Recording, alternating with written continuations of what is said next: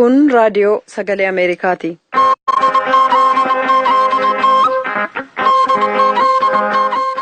Raadiyoon sagalee Ameerikaa wixataa qabee hanga jimaataatti galgala keessaa sa'a 2:00 jalqabee hanga sa'a 3:00 meetirbaandii 19:22-25 irratti Waashingtan DC irraa kan dabarsu sagantaa afaan Oromoo amma jalqaba.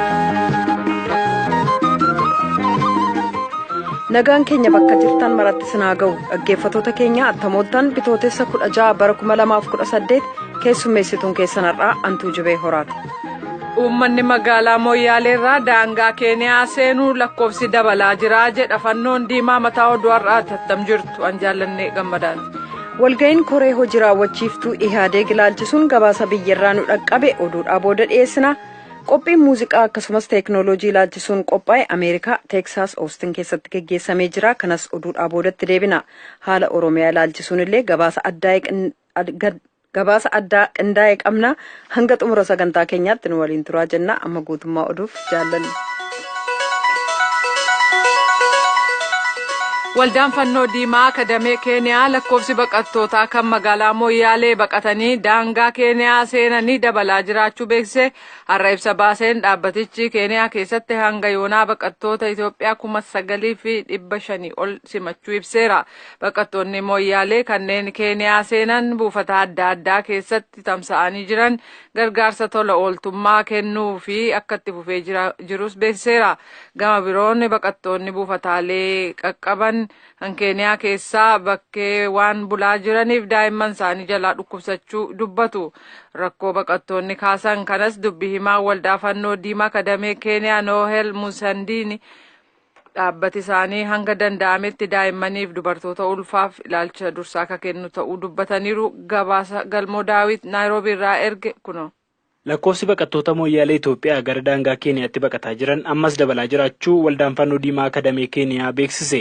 Dhaabbatichi har'a ibsa baaseenii haga yoonaa baqattoota jeequmsa magaalattii keessa jiru baqatanii dhufan 9,600 ol ta'an simatee gargaarsa malu gochuufis hime. Baqattoonni kunneenis amma daangaa Keeniyaa keessa iddoowwan 5 qubatanii kan jiran yoo ta'u baqattoota kana gargaaruuf akka toluu fi qubsuma tokko isaanii barbaadaa jiraachuu waldaa fannoo diimaa akadamee Keeniyaatti dubbii himaa akka ta'an Mrs. Noelaa Musaandii ni dubbatu.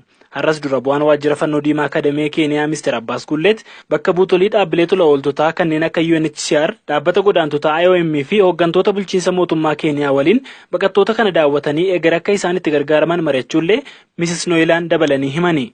Baqattoonni kunis buufataalee qubannaa kana keessa bakkee qorra keessa waan bulaa jirruuf daa'imman keenya nurraa dhukkubsataa jiru jedhu. Obbo Hussein Areeroo ganda caamu kan Moyyaalee Itoophiyaatti erga as gara Keeniyaatti qaxxaamuranii guyyaa 3dha. Kan akkanuma dhaamuchuun kan keessa badaa bullee waan taana lafteen raamin keenya ka durii gaaddisirraa yaa buqqaane. Ijoolleen torbaan dhumneen kun ijoollee 3 cuttiin kukkufaati. Dhaamuchi kanatti kan dhasheya. Akkitti jiran nuyyuu hin jirtu agummi lubbuun nu keessa jirtuuf uummataanis himuusi dubbadha malee anuma mumtana beelan jiru. Akka boru diirama ijoolletii suniitti chaayii olla keessa deemee kadhadheef malee bakkuma mamta chaayii hin dhunne. Akkasii wallaahi jireenya jajjaba keessa jira jireenya rakkisa hamaa. Kaleessas Moyyaalee Keeniyaa naannoo baqattoonni kun buufatanii jiranitti roobni roobee baqattoonni waan jalatti baqatan dhabuu fi kanarraa kan keessa daa'immanii fi dubartoonni ulfaa rakkataa jiraachuu dubbatu. Rakkoo baqattoonni kaasan kana dhaabbata baqattoota kanaaf birmataa jiru waldaa fannoo diimaa akadamee Keeniyaaf kaafne dubbii himaan dhaabbatichaa Mrs. Noelaan rakkoo roobaan dhufuu fi hanqina midhaan nyaataa baqattoota mudachuu danda'u dhaabbati isaanii akka quba qabuu fi falas akka itti barbaadaa jiru kan dubbatani.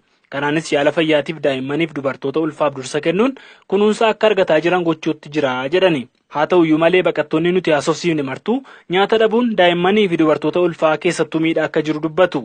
Gabaasa raadiyoo sagalee Ameerikaaf galmoo daawit Naayiroobii irraa. Keeniyaa keessatti bara darbe filannoo waliin wal qabatee lakkoofsi namoota dhumanii 100 ka caalu ta'uu gareen mirga dhala namaaf falmu Human Rights Watch beeksisee jira. Gareen kuniif kanneen biroo kabajamuu mirga dhala namaaf falman akka jedhanitti namoonni kun irri jireessi poolisootaan ajjeefaman. Maatiin namoota ajjeefaman kanaa murtii haqaa akka kennamuuf ka gaafataa jiran ta'us garuu gaaffiin keenya kun dhageettii ni argataa gaaffii jedhu qabu. Bitootessa 9 bara 2018 pireezidaantii Uhuru Keenyaataaf hoogganaan mormituu Raayilaa Odingaa harka wal qabuudhaan fedhii biyyattii irratti hirkachuudhaan adda addummaa keenya irratti ni hojjannaa jechuun isaanii ni yaadatama. Raashaan filannoo pireezidaantummaa Yuunaayitid Isteetsi keessa seenuu isheef uggurri haaraan irra kaa'ame booda Raashaan lammiiwwan Ameerikaa qiyyaafata irra jiru yookaan Black List irratti tarreessitee dabalaa jirti.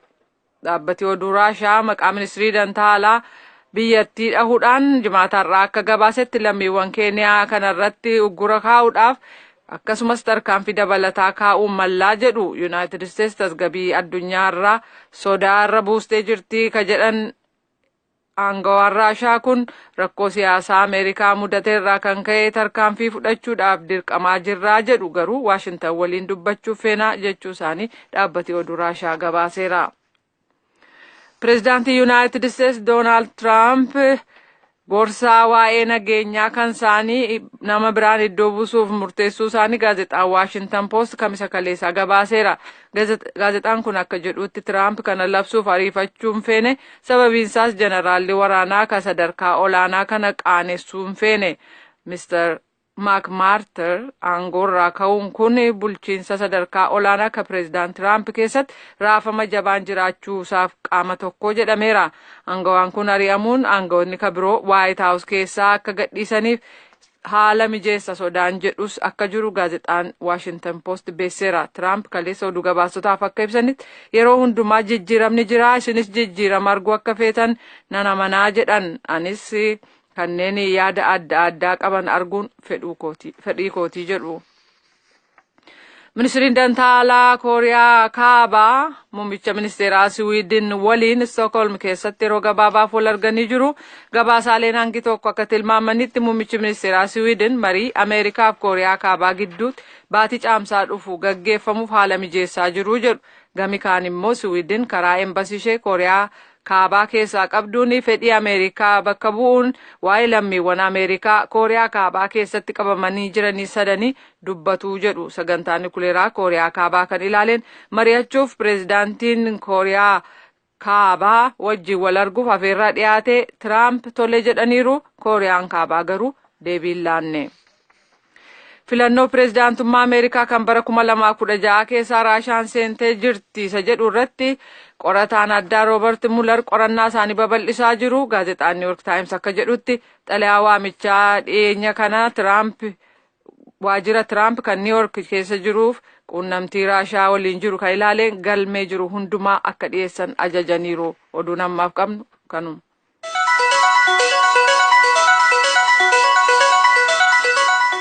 Kan dhaggeeffataa jirtan raadiyoo sagalee Ameerikaa sagantaa afaan Oromooti. Muummicha ministeeraa Itoophiyaaf dura taa'aa Ihaadeeg ka filatu koreen hojii raawwachiiftuu Ihaadeeg jalqaba torban dhuftu walga'uuf jira.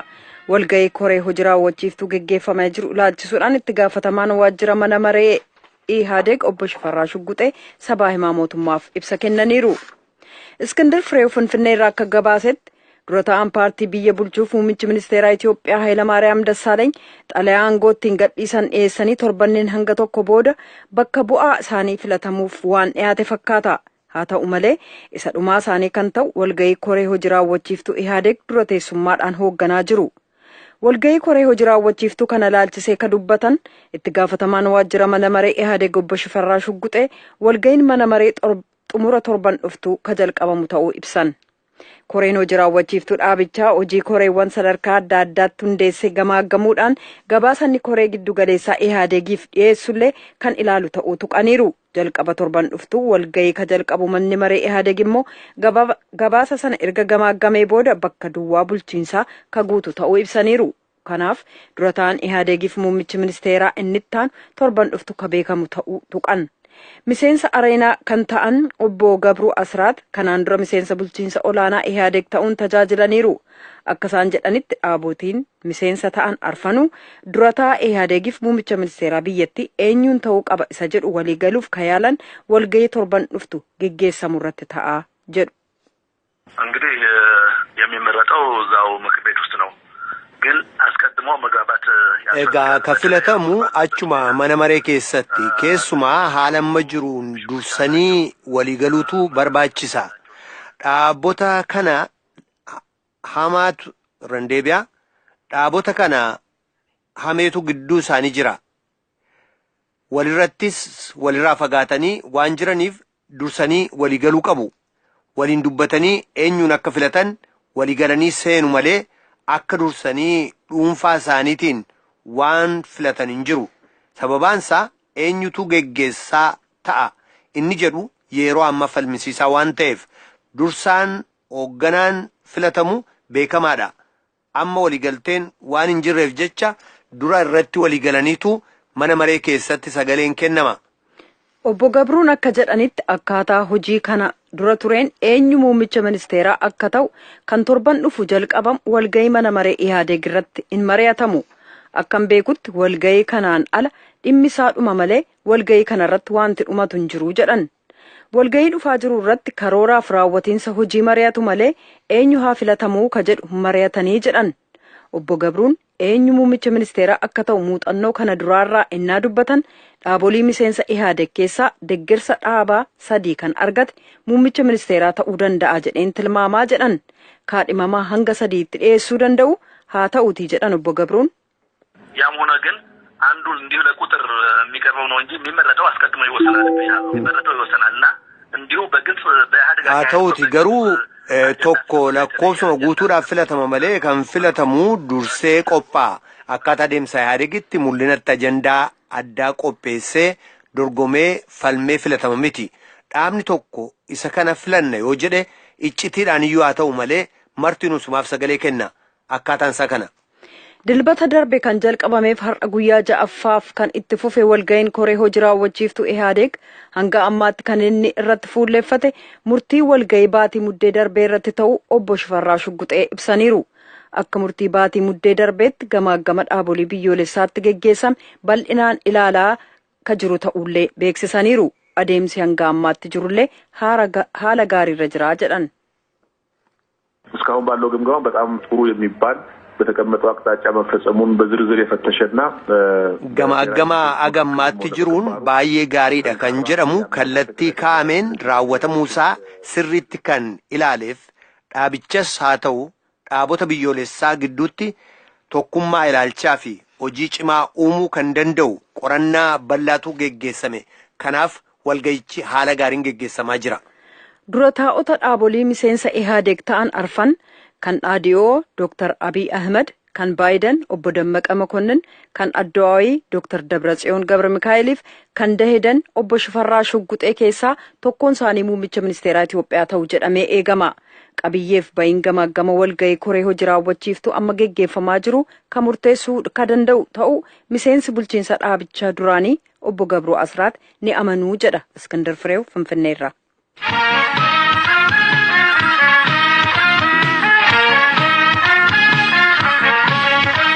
Kadhagaa jirtan raadiyoo sagalee Ameerikaa sagantaa afaan Oromooti.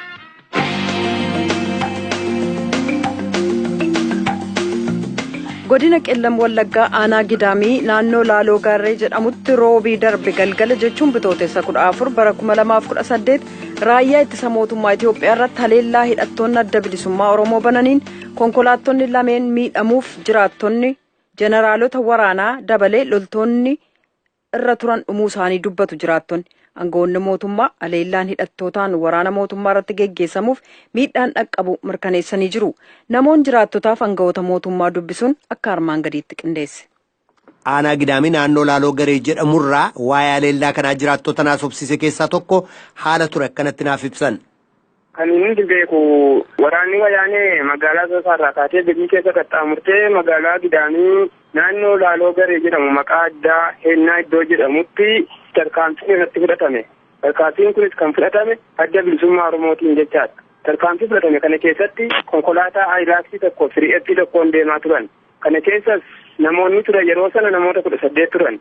Miseensota nama 12, jeneraalota nama 3, humna tikaa tokko turan jechaadha. Isaan kana keessaa humni tikaa tokko yeroo suma wareegamte, jeneraalli 2 yeroo suma wareegaman, miseensonni 12 immoo akkuma jiranitti kan dhumatan yeroo ta'u konkolaataan tokko ni gubatte. Tokko immoo ni caccabde jallaa seente. Kan gubatte sun yeroo gubattu ishee kubde sana kaleessa ooraaliidhaan dhuftee kaafattee deemte jechaadha. Kana irrattis uummata naannoo Laaloo sana keessaa namoota 11 namoota nagaa magaalaa keessaa qabdee gara mana hidhaatti darbattee jirti. Yoomi kana haleellaan kun raawwatame? Gaafa 14 bitootessa 14 jechaadha. guyyaa roobii galgala isaa 11 irratti. Waraanni adda bilisummaa Oromoo riphee taa'eetu rukkute moo walitti dhufanii lola walitti banan moo akkamitti ta'e waan beektan qabdu? Iyyee yeroo isheen magaalaa Sasaarraa kaatee ka'ee waboon hattee hidhee eeguudha. Yeroo jarri kun achi seenanitti haleellaa irratti raawwate yeroo sana tarkaanfiidhaan makiinaan sun lamanii yeroo galtee galagaltee isheen tokko jajjabde. Sana booda maaltu ta'e? Yeroo gara magaalaa Dambidalloo irraa achi gadi dhuftee uummata nagaa sana achitti qabdee gara mana hidhaatti darbattee helikooftariin immoo halkan dhuftee reeffa sana kaaftechaadha. Reeffa warra du'anii sana. Namoota naannoo qabaniidha kanatti jettu? Iyyee namoota naannoo namoota 11dha kan isaan qabanii fuudhanii deeman namoota nagaa gara magaalaa Dambidallootti geessan. Amma eessatti hidhamanii jiru namoonni kun? Garuma sana jiru ergasii irra deebi'ee qulqulleessinee achuma seenanii jiru jechaadha. Laaloo gareetti amma maaltu mul'ata? Aanaa Gidaamii keessa sochiin maaltu mul'ata yeroo ammaatti? Sochiin jiru amma yeroo ammaa kana naannoo Jimmaa Horroo Oddaa jedhamu hooraalii lama waraana buusteetti qaaxee keessa akkuma kana miillaanis ta'ee konkolaataan naannoon sun akka jirutti waraanaan kan uwwifamee jiru ta'uudha. Aangawoota mootummaa magaalaa Dambidolloo jiran keessaa tokko kan nageenya isaaniitiif yaaddoo qabanirraa kan ka'e akka maqaan isaanii hin mamne na gaafatan haala Gidaamii keessatti uumame jedhan akkanatti naaf ibsanii jiru. Gidaamii haalli jiru har'a ganamaa kaasanii raayyaan ittisa biyyaa baay'inaan achitti argamu. Ganamaa kaasanii jechuudha. Sa'aatii kana immoo amma bosona laaloo garee seenaniiti jechuudha kan isaan jirani. Laaloo garee bakki jedhamu kun Gidaamii fi aanaa Anfilloo gidduutti jechuudha kan inni argamu. Haalli qabatamaan amma magaalaa Gidaamii keessaa bulchaa aanaa sanaa kan ta'e obbo Gammadaa Bilchaas namicha kana to'achuuf yeroo barbaadanitti amma namichi kun miliqeetu jira jechuudha nageenya isaatiif jecha. Akkasumas immoo dura taa'ota gandaas immoo qabuuf yeroo ammaa kana deemamaa jira jechuudha. Sababaan isaa maali? Akka jiraattonni dubbatanitti roobii dabre kana galgala waraanni adda bilisummaa Oromoo konkolaataa raayyaa ittisaa kan namoota 18 fe'atee deemuu irratti haleellaa banuudhaani jeneraalotas namoota kabiroos ajjeesanii konkolaataa sana tokko gubanii kaan immoo allayyaatti darban ka jedhudha ka dhaga'amaa jiru. Kun amma mirkanaa'aadha. Odeeffannoo jiru haaluma akkasiitu mul'ata. Garuu namoonni kun bulchaa aanaa Gidaamiis ta'u dura ta'an gandoolee kunis immoo walitti dhufeenya jara amma tarkaanfii irra fudhatan kana wajjin walitti dhufeenya waan qabaniif miti. Yeroo ammaa kana amma bakka tarkaanfiin fudhatame jedhamu kanatti darbee aanaan illee ganda gardeedaa bakka jedhamu kanatti haati ammaa kana raayyaan ittisa biyyaa jechuudha. Yeroo amma bilbila walitti haasaa jirru kanatti namni reebamaa akka jirudha jechuudha yeroo nu qaqqabee jiru. Amma haalli naannoo sana jiru jiraattota fi yaaddesseetu jechuudha kan inni jiru. Haleellaan sun geggeeffamuun garuu mirkanaa'aadha miti inni gaafa roobii geggeeffame sun? Inni mirkanaa'aadha. Sababa tarkaanfiin naannoo sanatti fudhatameefis jecha jiraataan naannoo gardeedaa jiran akka reebamaa jiranitti jechuudha keessumaa dargaggooti. Amma kan raayyaan ittisaa biyyaa gara sanatti bobba'ee jiru waraana adda bilisummaa Oromoo barbaacha moo maali sababaansaa? Egaa akka isaan jiranitti waraana adda bilisummaa Oromootu galee jira. Naannoo sana qofa osoo hin taane illee kallattii garaa garaatiin waraanni bobba'ee jira jechuudha. Amma illee jiraattonni kan adda baafachuu hin dandeenye magaalaa Dambidalloo gadhiisaniiti jechuudha. Bakka garaa garaatti bobba'anii kan jirani. Baay'inaan naannoo gardeedaatti jechuudha kan isaan amma bobba'anii jira. Kunis immoo waraana adda bilisummaa Oromootu gale jechuun konkolaataa lamaan dhufanii kana irratti tarkaanfii fudhatee adda bilisummaa Oromooti jedhaniiti jechuudha kan isaan irratti bobba'anii jiranii. Haala kanaan jira jechuudha amma. Guyyuma sana namoonni yeroo lolli sun turetti garba'anii ilaalanii bakkuma jiran qabamanii gara Dambidolloo fidamanii jiru ka jedhudha ka dhaga'amaa jiru. Fakkeenyaaf akka Qanneessaa Dingataa, Masaratuu Burrusee, Mulugeetaa Dingataa, Wandimmuu Bojaa, Mikaa'el Dabalaafaa namoonni jedhaman. Egaa namooti kun amma shakkiidhaan kan isaanii to'atamanii gara magaalaa Dambidallootti dhufaa jiran ammallee dargaggoomtillee rifeensa isaa guddisee naannoo sanatti argamullee waraana adda bilisummaa ni fakkaatu jechuudha kan amma shakkamanii sa'aatii ammaa kanatti illee magaalaa Dambidallootti guuramaa jiran ni jiru jechuudha. Mana hidhaa eessaati kan isaan geeffaman? Eessa jiru namoonni amma Gidaamii keessaa bakka adda addaatti qabamanii gara Dambidollootti fidaman sun? Naannoo qabeelcha poolisii godina Qellem Wallaggaattis warri walitti qabamaa jiran jiru. Ganda Doolloo Duwwaa Hasin keessatti jechuudha. Kaanis immoo kaampii waraanaa mooraa waraanaa magaalaa Dambidolloo ganda yabaloo ganda duwwaa darba jedhamu keessatti hidhatanii beekamu naannoo kanatti kan walitti qabaa jiran jiru jechuudha. Poolisiitu to'atamoo komaandi poostiitu to'atamoo eenyutu to'ata? Raayyaan ittisa biyyaa jechuun isaanumadha jechuudha kan to'achaa jiru yeroo ammaa kanatti. Bulchaa aanaa Gidaamii obbo Gammadaa Milkiyaasittis bilbilee waa'ee aleellaa aanaa isaanii keessa naannoo laaloo gareetti geggeeffame jedhamu kana waajjirri isaanii maal akka beeku gaafadheen ture. Gaafa roobi jettan kana naannoo isaatii turanitti konkolaataa lamaan raayyaa ittisa biyyaa federaalaa naannoo keenya irra darbaa turanii naannoo keenya kanarraan gara Dambidolloo tuudii Gidaamii irraa gara Dambidolloo yeroo deemaa jiranitti bakka bosona laaloo fi garjeedhaan wal qabatu bosona guddaa jira. Naannoo sana keessatti humna hin beekamneen dhukaas irratti banamee ture. Akka keenyatti waraana baluudha kan jedhu waan beeknu hin qabnu gama keenya odeeffannoo kanaan qabnu. Haa ta'u malee garuu humna hin beekamneen dhukaas irratti banameera. Akkuma jedhame konkolaataan lama rukutamanii turanii.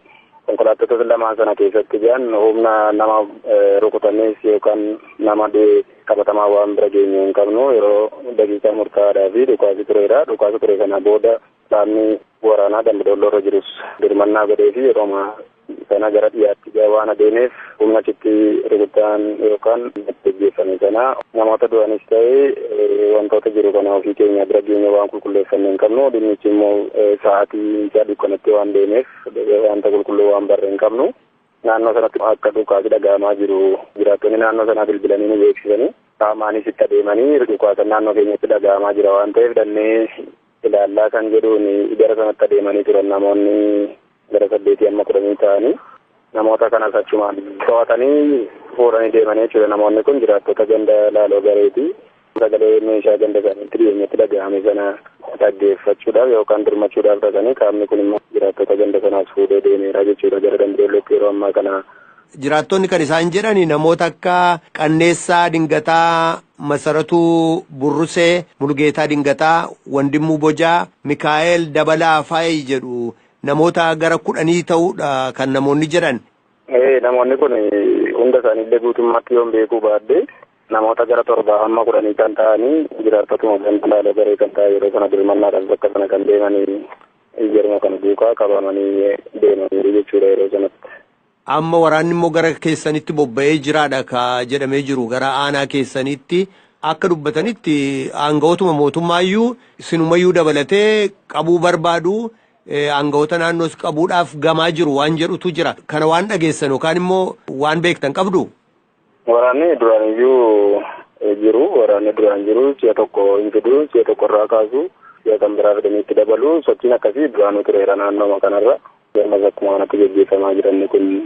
Garuu isinirras haa ta'u aangawoota bulchiisaa naannoo keessanirraa doorsisni ga'e yookaan immoo sin qabuudhaaf yaaliin godhame jira. Maaliif kanaan dura aangawoonni mootummaa Dambidolloo keessaas qabamanii turanii naannoo adda addaa keessatti raayyaa ittisaatiin namoonni qabamuu jiraattonnis aangawoonnis kanaan dura nuuf ibsanii turan.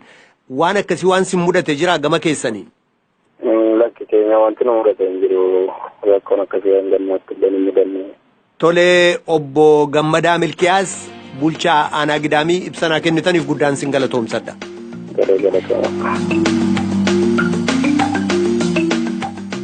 Kan dhagaa jirtan raadiyoo sagalee Ameerikaa sagantaa afaan Oromooti. Kan dhageenyeef dubbisnirraa. South by Southwest gabaa yaadni haaraan itti wal ga'u as United States godina Texas magaalaa Austinitti waggaa waggaadhaan geggeeffama. Qophiin guyyaa 9 kun teeknooloojii, fiilmii, sirba akkasumas walga'iiwwan yookaan konfirensii dhimmoota adda addaa irratti xiyyeeffatan irratti geggeessama. Namoonni waan haaraa uuman immoo bakka dhaabilee hojii isaanii irratti maallaqa dhangalaasuudhaan wajjin ittiin fooyya'uudhaaf waan qaban itti agarsiifatani. Kana keessattis ijoolleen Afrikaa hirmaataniiru. Waahilli keenya Tigist Gammee gamasitti maluun gabaasa ergite qabdi.